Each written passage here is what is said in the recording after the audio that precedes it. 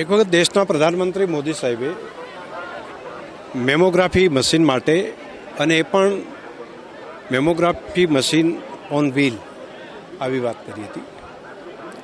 Mammography machine જો ગામ સુધી પહોંચી જાય તો મહિલાઓને બ્રેસ્ટ કેન્સરની અંદરથી અર્લી ડિટેક્શનના કારણે બચાવી શકાય. એવું સર્વાઇવલ કેન્સર માટેનું પણ એની સાથે જોડ્યું. એટલે બ્રેસ્ટ અને સર્વાઇવલ કેન્સર બંનેનું નિદાન એક વાન દ્વારા થઈ શકે અને એ વાન દરેક ગામ સુધી જાય તો શરમ સંકોચના કારણે કોઈ બહેન હોસ્પિટલ સુધી ન જાય કે એવું કંઈ ના થાય તો અર્લી ડિટેક્શનના કારણે એ માતાના પ્રાણ બચાવી શકાય.